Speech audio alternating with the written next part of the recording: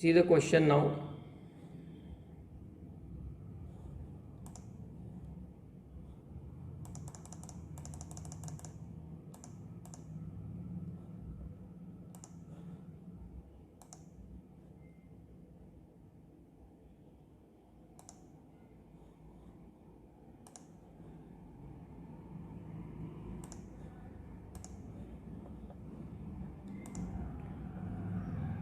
In the method of substitution, definite integration मध्ये substitution method कशा प्रकारे यूज करायची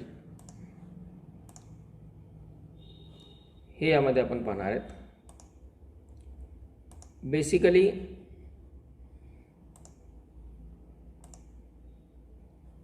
डायरेक्ट मेथडमध्ये आणि सबस्टिट्यूशन मेथडमध्ये फार काही चेंज नाही आहे, पण तो आपण डेफिनाइटला थोडंसं वेगळ्या प्रकारे त्यामध्ये जावं लागतं, ते आधी लक्षात घ्या. Consider the example now. Integral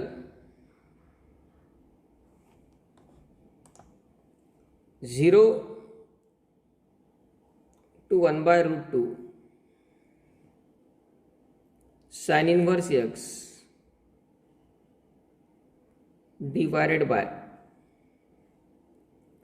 1 minus x square 1 minus x square raised to 3/2 into dx. Integral 0 to 1/√2 sin inverse x upon 1 minus x square raised to 3/2. Obviously यामध्ये सबस्टिट्यूशन आपल्याला करावं लागेल. सबस्टिट्यूशन मेथडचं हे एक्झाम्पल आहे. यात सबस्टिट्यूशन काय करावं लागेल आपल्याला?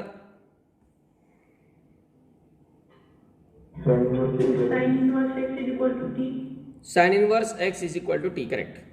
Sine inverse x is equal to t आपल्याला सबस्टिट्यूट करायचं आहे.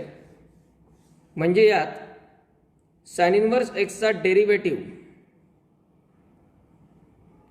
साइन इनवर्स x चा derivative 1 upon root of 1 minus x square. तो इथं डायरेक्ट अवेलेबल नाही आहे, पण तो क्रिएट होतोय. कारण x रेज टू 3/2 ला आपण x इंटू रूट एक्स असं लिहू शकतो. x रेज टू 3/2 ला आपण x इंटू रूट एक्स असं लिहू शकतो. बरोबर आहे.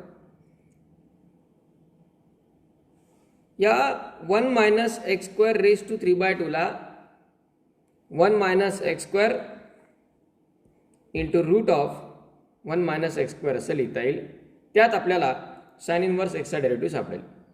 किंवा आपण जर sine inverse x is equal to t हे सबस्टिट्यूशन करतोय, तर त्यामध्ये एक्सची व्हॅल्यू आपल्याला साइन टी लिहिता येईल. तोही एक पर्याय असतो आपल्याकडे. म्हणजे याला मॉडिफाय न करताही आपण जाऊ शकतो. ही टर्म एक्स रूट एक्स या फॉर्ममध्ये मॉडिफाय न करताही आपण जाऊ शकतो. म्हणजे कसं पहा, put sine inverse x equal to t, म्हणजेच x इज इक्वल टू येईल साइन टी. बरोबर आहे. x is equal to sine t. आणि x इज इक्वल टू जर साइन टी आहे तर dx म्हणजे डेरिव्हेटिव्ह घेतला तर साइन टीचा डेरिव्हेटिव्ह येईल cos t into d T. म्हणजे आता ह्या साइन इनवर्स एक्सचं काम झालं. तो टी मध्ये कन्वर्ट होऊ शकतो. एक्सच्या जागी साइन टी टाकला तो टी मध्ये कन्वर्ट होईल. आणि dxच्या जागी cos t into d T टाकला तो टी मध्ये कन्वर्ट होईल. आपलं काम काय, सगळं एक्स मधून टी मध्ये कन्वर्ट करायचं. ओके.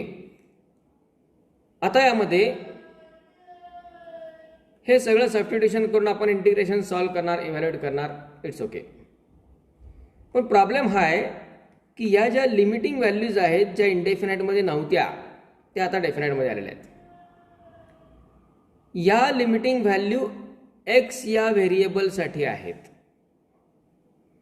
या लिमिटिंग व्हॅल्यूज कोणासाठी आहेत? एक्स या व्हेरिएबलसाठी असणाऱ्या लिमिटिंग व्हॅल्यूज आहेत. मग जर आपण इंटिग्रेशन त्याचं इव्हॅल्युएट केलं तर आपला आन्सर टीच्या फॉर्ममध्ये येणार आहे. आपल्याला काय करावं लागेल तिथं शेवटी टीच्या फॉर्ममध्ये आलेल्या ज्या टर्म्स आहेत त्या सर्व पुन्हा एक्सच्या फॉर्ममध्ये कन्वर्ट कराव्या लागतील, जे आपण इंडेफिनाईटमध्ये करतो. इंडेफिनाईटमध्ये आपल्याला ते माहीत आहे की जे काही टीच्या फॉर्ममध्ये आलेलं आन्सर असतं त्याला आपण परत एकदा जे सबस्टिट्यूशन केलेलं असतं त्यानुसार एक्स या व्हेरिएबलमध्ये रिकन्व्हर्ट करतो, रिप्रेझेंट करतो आणि मग त्यात या लिमिटिंग व्हॅल्यूज टाकाव्या लागतील. हा जो त्रास आहे इनडेफिनाईट मधला तो त्रास डेफिनाईटमध्ये आपल्याला कमी करता येतो. तो त्रास डेफिनाईटमध्ये कमी करता येतो. तो कसा कमी करायचा की आपण हे सबस्टिट्यूशन केल्यानंतर एक्स मधून टी मध्ये जाणार आहेत. एक्स मधून टी मध्ये जाणार आहेत. मग हे सबस्टिट्यूशन करत असतानाच ह्या लिमिटिंग व्हॅल्यूज पण बदलून घ्यायच्या. हा बदल लक्षात घ्या डेफिनाईट इंटिग्रेशनचा. ह्या लिमिटिंग व्हॅल्यूज बदल करून घेतल्यामुळं म्हणजे ज्या एक्सच्या लिमिटिंग व्हॅल्यूज आहेत अप्पर लिमिट लोअर लिमिट त्या आपल्याला टीच्या लिमिटिंग व्हॅल्यूमध्ये कन्व्हर्ट करायच्या. ह्या कन्व्हर्जनमुळं काय होणार, शेवटी आपण जे काही आपला आन्सर येणार आहे त्या टी मधून परत एकदा एक्समध्ये यायची गरज नाही. एकदा आपण व्हेरिएबल बदलला पुन्हा त्या एक्सकडे पाहायचं नाही, पुन्हा त्या एक्सकडे यायची गरज नाही. यानं इनडेफिनाईटमधल्या बऱ्याचशा एक्झाम्पल्सचा जो काही आपला फायनल कन्व्हर्जनचा प्रॉब्लेम असायचा तो खूप चांगल्या प्रकारे रिकवर होतो. मग आता हे लिमिटिंग व्हॅल्यूज चेंज कशा करायच्या? 0 इज लोअर लिमिट आणि 1/√2 इज अप्पर लिमिट. ह्या एक्सच्या व्हॅल्यूज आहेत. त्या एक्सच्या व्हॅल्यू इथे टाकायच्या या साइन इनवर्स एक्स मध्ये आणि त्यावरून टीच्या व्हॅल्यू फाइंड करायच्या. म्हणजे काय, when x equal to 0 t equal to येणार साइन इनवर्स ऑफ 0. काय केलं, एक्सची व्हॅल्यू असणारं हे जे लोअर लिमिट आहे ते इथे टाकलं. ते जर इथे टाकलं एक्सच्या जागी 0 तर टीची व्हॅल्यू येणार साइन इनवर्स 0 आणि साइन इनवर्स 0 म्हणजे किती, 0च बरोबर. Then when x is equal to upper limit काय 1/√2 अप्पर लिमिट आहे 1/√2. ती व्हॅल्यू परत इथे टाकून द्यायची आणि त्यावरून टी फाइंड करायचा. T is equal to sine inverse of 1/√2. T is equal to sine inverse of 1/√2 आणि साइन इनव्हर्स 1/√2 म्हणजे किती, π/4 बरोबर आहे. साइन इनव्हर्स 1/√2 म्हणजे π/4. गॉट दिस. आता यामध्ये जे इंटिग्रेशन आहे आपलं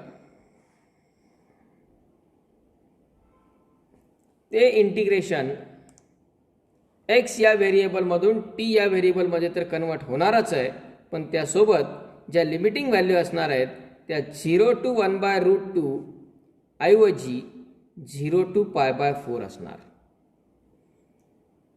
याचा अर्थ काय, जेव्हा एक्सची व्हॅल्यू 0 आहे तेव्हा टी आहे 0 आणि जेव्हा एक्सची व्हॅल्यू 1/√2 आहे तेव्हा टी आहे π/4. ओके, म्हणजेच आता इंटिग्रल काय होईल, 0 to π/4 इंटिग्रल काय झालं 0 to π/4, lower limit 0, upper limit π/4. ह्या आता टीच्या व्हॅल्यूज आहेत, त्यामुळे आपल्याला टी मधून परत एक्समध्ये यायची गरज नाही. ओके, यात व्हॅल्यूज सबस्टिट्यूट केल्या आपण तर साइन इनव्हर्स एक्स याच्या जागी आपण लिहिणार t divided by 1 minus x square म्हणजेच sine square t raise to 3/2 into dx म्हणजे cos t into dt, cos t into dt. Okay, त्यानंतर इंटिग्रल आता हे सिम्प्लिफाय करायचे, सॉल्व करायचे. 0 to π/4 टी तसाच 1 minus sine square t, 1 minus sine square theta cos square theta, तो होईल cos square t raise to 3/2 into cos t into dt. Okay, equal to integral 0 to π/4 t into cos t divided by डिनॉमिनेटरला कॉसचा square आहे पण raise to 3/2 पण आहे. मग हा स्क्वेअरचा 2 आणि अपॉनचा 2 कॅन्सल होणार, म्हणजे स्क्वेअर स्क्वेअर रूट कॅन्सल होणार, म्हणजे शिल्लक राहील cos cube T into d T, cos cube T into d T. बरोबर. आता यामध्ये हा कॉस टी आणि या कॉस क्यूब मधला एक कॉस कॅन्सल होणार. बरोबर आहे, कॉस टी कॅन्सल आणि इथला एक कॉस कॅन्सल म्हणजे कॉस स्क्वेअर राहणार, स्क्वेअर इथे राहणार. ओके, म्हणजेच T upon cos square T मिळेल. त्यात 1 अपॉन कॉस स्क्वेअरला आपण काय लिहू शकतो, 1 अपॉन कॉस स्क्वेअर म्हणजे sec square. So integral 0 to π/4 t into sec square t into d t, t into sec square t into d t. आता हे integral कसं सॉल्व करावं लागेल,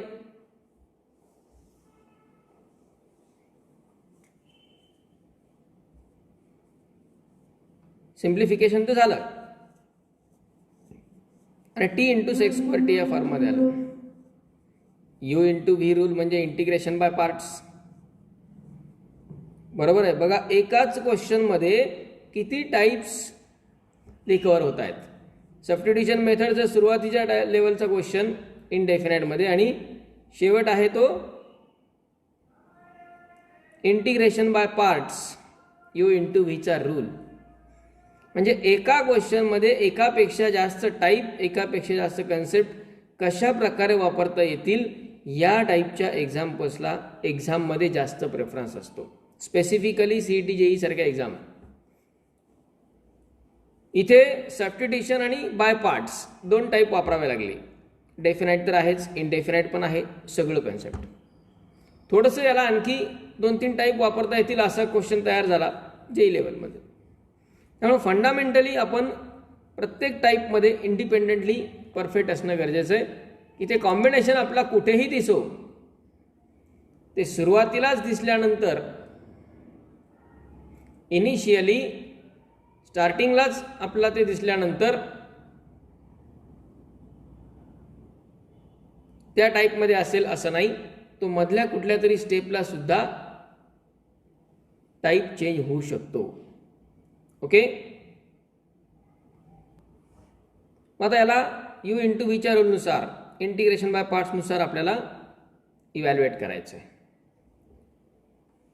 काय होईल इव्हॅल्युएशन पहा. इंटिग्रेशन बाय पार्ट्स काय असतो, integration by parts u into व्हीचा रूल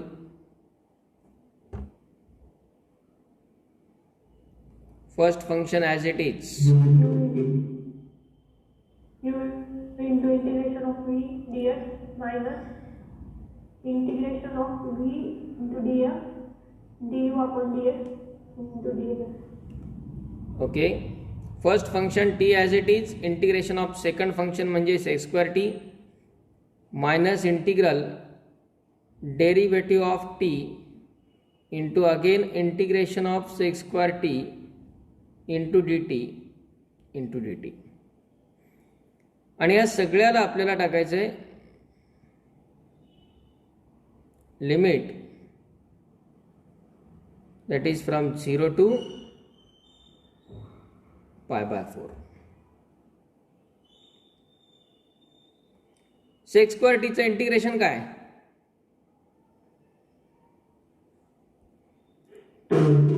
tan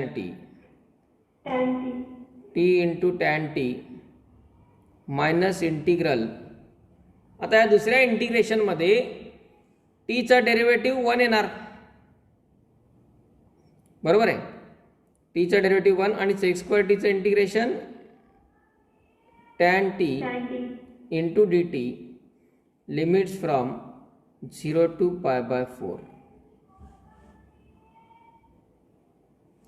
आणि मग finally t into tan t minus, आता एकच इंटिग्रेशन राहिलं हे tan t. टॅनचं इंटिग्रेशन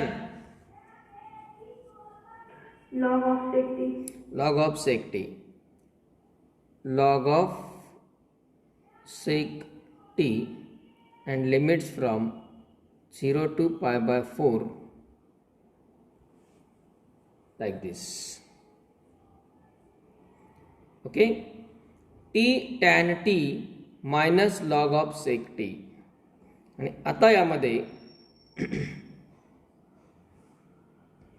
लिमिटिंग व्हॅल्यूज टाकायचे आहेत. लिमिटिंग व्हॅल्यूज सबस्टिट्यूट करत असताना ह्या पूर्ण ब्रॅकेटमध्ये आधी π/4 टाका अप्पर लिमिट. म्हणजे काय होईल अप्पर लिमिटसाठी π/4 into tan π/4 minus log of sec π/4. हे अप्पर लिमिट झालं. त्यानंतर लोअर लिमिटला वाटल्यास मायनस ब्रॅकेट टाका. लोअर लिमिटमध्ये टीच्या जागी 0 टाकून द्यायचा आहे. टीच्या जागी 0 सबस्टिट्यूट करायचा आहे. काय येईल? पहिली टर्म तर 0 होणार, कारण हे टी म्हणजे 0, tan 0 पण 0च. त्यामुळे पहिली term 0 minus log of sec 0. Okay, tan π/4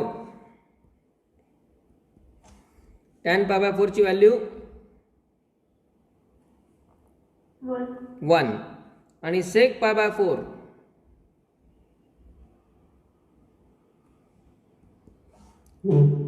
sec π/4 √2 cos π/4 चा रेसिप्रोकल √2 म्हणजेच π/4. पहिली टर्म π/4 येईल कारण याची व्हॅल्यू 1 येणार, आणि सेक π/4 म्हणजे √2 मायनस लॉग √2. आणि सेकंड ब्रॅकेटमध्ये ही टर्म तर 0 आहे पहिली.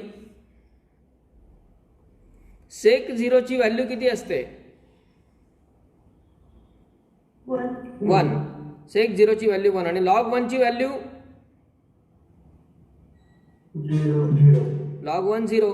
म्हणजे ही टर्म 0 होऊन जाणार, बरोबर. याचा अर्थ हा पूर्ण ब्रॅकेटच 0 आहे, म्हणजे याचं कामच संपलं. So answer is π/4 minus log √2, किंवा त्याला मॉडिफाय करता येऊ शकतं. ह्या √2 ला 2⁻² लिहिता येईल, बरोबर आहे, इंडेक्सच्या फॉर्ममध्ये. 2⁻² लिहिता येईल आणि तो 1/2 परत लॉगला मल्टिप्लाय, म्हणजे त्याचा आन्सर याही फॉर्ममध्ये लिहिता येईल π/4 minus 1/2 log 2.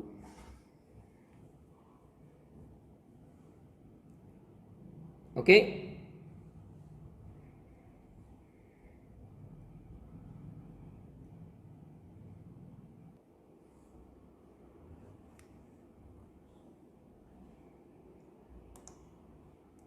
Next example is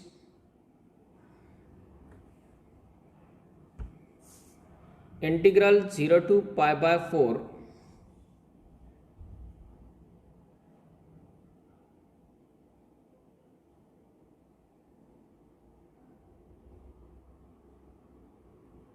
sec² x upon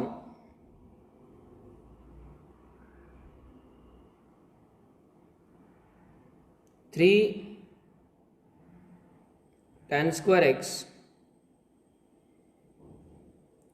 plus 4 tan x plus 1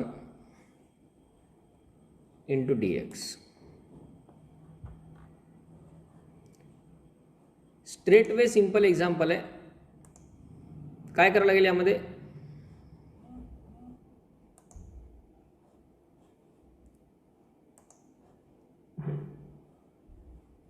yes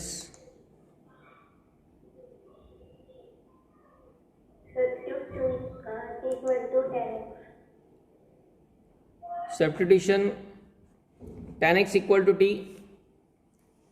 tan x चा डेरिव्हेटिव्ह इथे sec² x अवेलेबल आहे, बरोबर आहे. त्यामुळे आपण directly tan x equal to t substitute करू शकतो. म्हणजेच यामध्ये put tan x equal to t, therefore sec² x into dx equal to dt येणार. न्यूमरेटरचा sec² x इंटू हा dx is equal to dt आणि यात tan x च्या जागी t, पूर्ण इंटिग्रेशन t मध्ये कन्वर्ट होऊन जाईल. आता राहिले लिमिटिंग व्हॅल्यूज. लिमिटिंग व्हॅल्यूज कशा चेंज करायच्या आहेत, when x equal to 0, lower limit 0 आहे, अप्पर लिमिट π/4 आहे x साठी. x इक्वल टू 0 ही व्हॅल्यू इथे टाकायची आणि t ची व्हॅल्यू फाइंड करायची. t इक्वल टू येणार tan 0 आणि tan 0 म्हणजेच 0. Then when x equal to π/4, t equal to tan π/4, कारण x चं अप्पर लिमिट आहे π/4, ती π/4 ही व्हॅल्यू इथे टाकून द्या, t मिळेल tan π/4 इक्वल टू 1 येणार. आणि या सगळ्या व्हॅल्यू इंटिग्रेशन मध्ये टाकल्यानंतर आता इंटिग्रल काय होईल, 0 टू π/4 ऐवजी येणार ते 0 टू 1. sec² x dx म्हणजे dt येणार आहे, त्यामुळे न्यूमरेटरला फक्त 1 राहील. 3t² plus 4t plus 1 into dt. 3t² plus 4t plus 1 यामध्ये tan x is equal to t आपण सबस्टिट्यूट केलं. ओके. आता यामध्ये हे इंटिग्रेशन इव्हॅल्युएट करायचं आहे आपल्याला.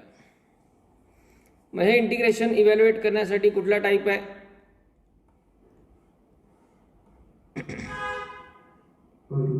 क्वाड्रॅटिक आहे.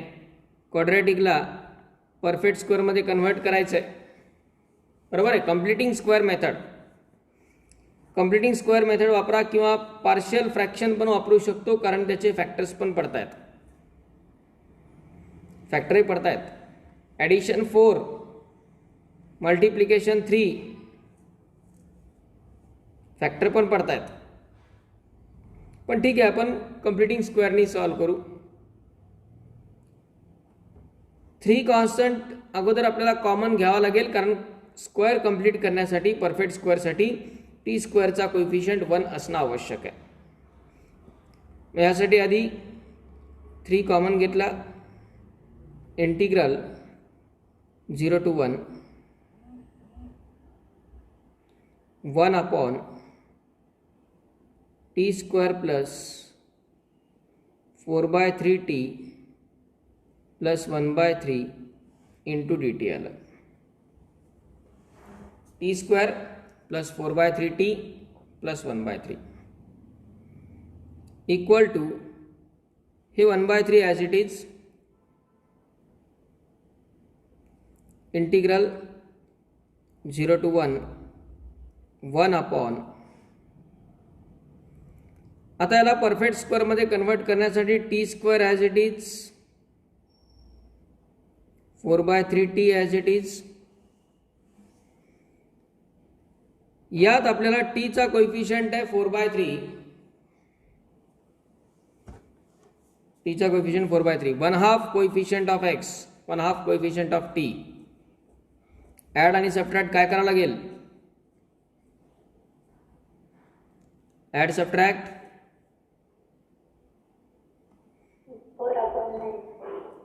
4/9. या 4/3 ला 2 ने डिवाइड करावं लागेल, बरोबर आहे. 1/2 इंटू 4/3 ब्रॅकेटचा स्क्वेअर.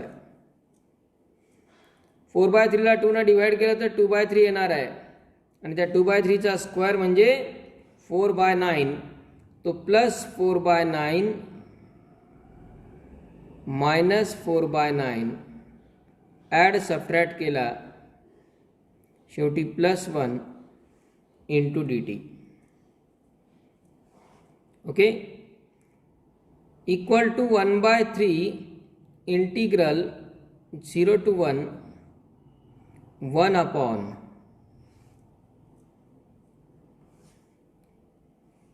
या 3 term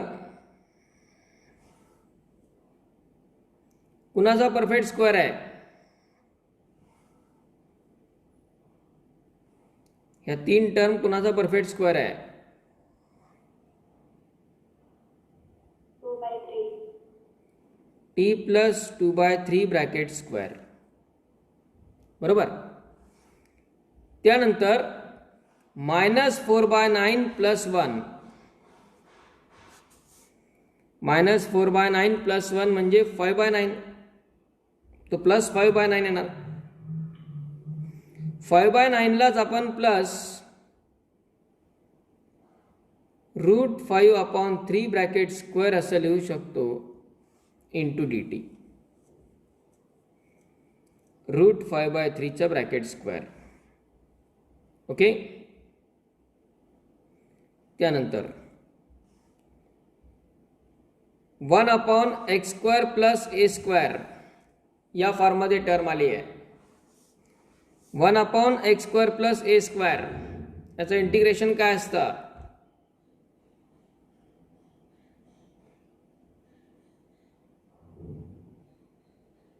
one upon x² plus a² सांगा.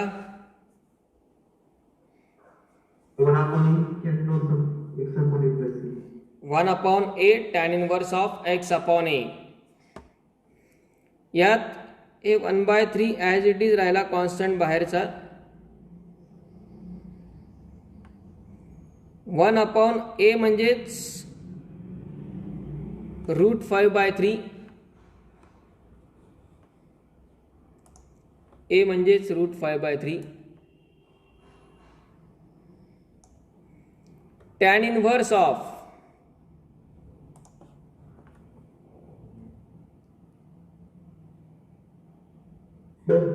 x/a.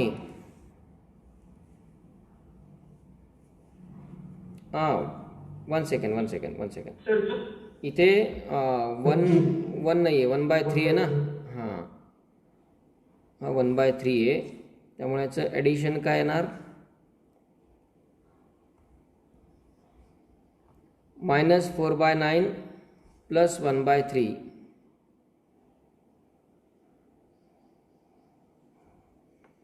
याचं ॲडिशन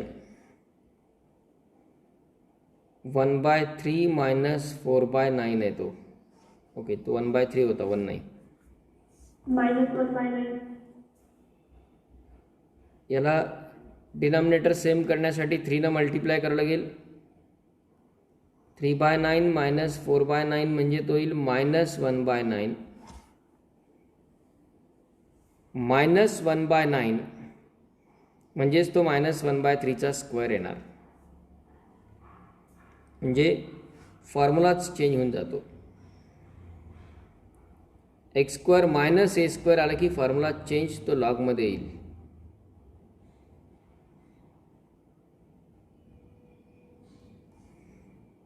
म्हणजे ती टर्म येणार -1/3 ब्रॅकेट स्क्वेअर. ओके, येस, इथे 1 नव्हता, 1/3 होता, त्यामुळं कॅल्क्युलेशन चेंज होईल. मायनसमध्ये येणार आणि 1/9ला आपण 1/3 स्क्वेअर लिहिला. आता formula change, 1/x² - a². Yes, 1/x² - a² काय होईल? 1/2a into log x minus a upon x plus a. 1/3 1/2a म्हणजेच 1/3 log of x minus a म्हणजे t plus 2/3 minus 1/3 divided by x plus a म्हणजे t plus 2/3 plus 1/3 आणि याला पूर्ण bracket टाकून limiting value 0 to 1. Okay, आता यामध्ये हे 3 कॅन्सल होऊन जातील, म्हणजे बाहेर राहणार फक्त 1/2. 1/2 इंटू लॉग ऑफ ब्रॅकेटमधलं कॅल्क्युलेशन करायचं आहे.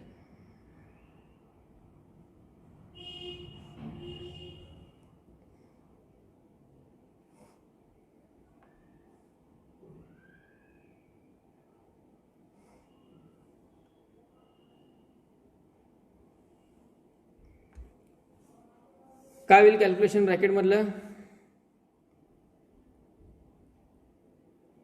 1/2 in bracket log of 2/3 minus 1/3 म्हणजे 1/3, तो येईल t plus 1/3 divided by 2/3 plus 1/3 3/3 3/3 म्हणजे 1, तो येईल t plus 1 limits from 0 to 1.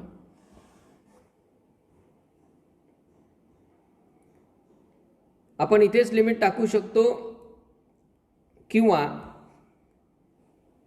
यामध्ये न्यूमरेटर डिनॉमिनेटरला 3 मल्टिप्लाय करून त्याचं कॅल्क्युलेशन करून घेऊ शकतो.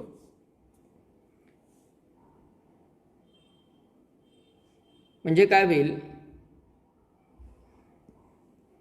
1/2 in bracket log of numerator डिनॉमिनेटरला जर 3 मल्टिप्लाय केलं तर न्यूमरेटरला येईल 3t plus 1, डिनॉमिनेटरला येईल 3t plus 3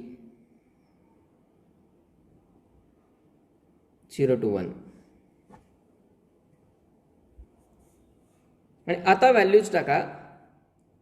1/2 in bracket log of आधी टीच्या जागी अप्पर लिमिट टाकलं 1,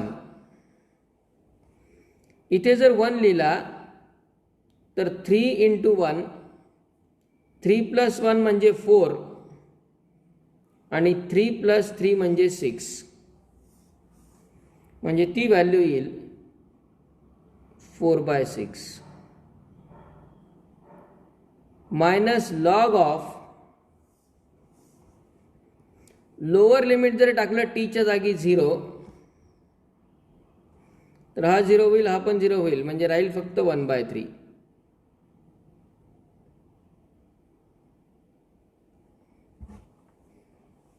त्या लिमिटिंग व्हॅल्यू आपण इथे पण डायरेक्ट टाकू शकलो असतो, काही अडचण नाही.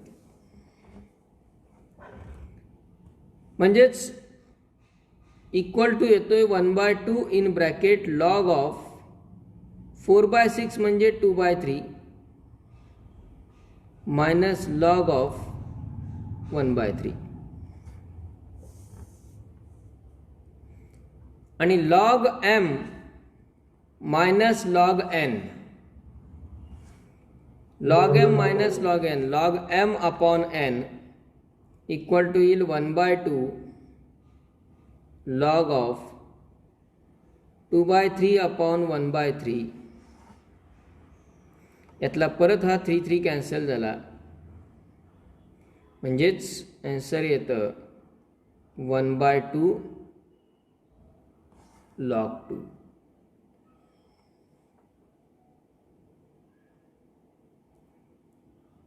ओके, या प्रकारे आपण सबस्टिट्यूशन मेथड यूज करू शकतो. आणि पुढे क्वाड्रॅटिक फॉर्म आलाच.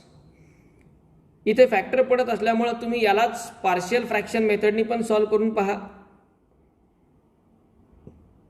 या क्वाड्रॅटिकचे फॅक्टर्स पाडायचे, पार्शियल फ्रॅक्शन करायचं, तिथं सबस्टिट्यूशन केल्याच्या नंतर ही टर्म जी आलेली आहे याचे फॅक्टर पाडायचे. ते फॅक्टर पाडतायत, पार्शियल फ्रॅक्शन करून 2 सेपरेट टर्म मिळतील,